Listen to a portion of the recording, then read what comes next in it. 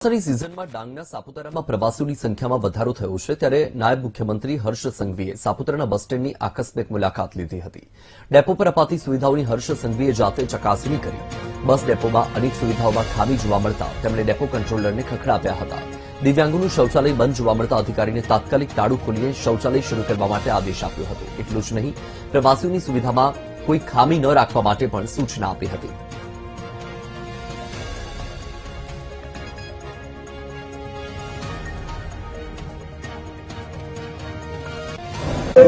दिव्यांगों शौचालय तालु के पानी चालू चालू खुल्लो दिव्यांगों शौचालय तालु के पानी चालू चालू खुल्लो दिव्यांगों शौचालय तालु के पानी चालू चालू खुल्लो।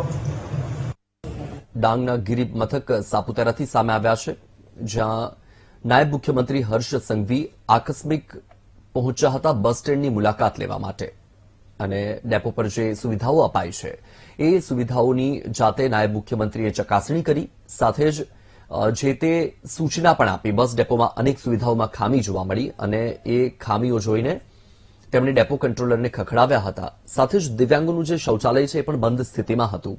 અધિકારીને તાત્કાલિક તાળું ખોલીને શૌચાલય શરૂ કરવા માટેનો પણ આદેશ આપ્યો। સાથે પ્રવાસીઓની સુવિધામાં કોઈ ખામી ન રહે એ બાબતનું ધ્યાન રાખવા માટે પણ સૂચના આપી।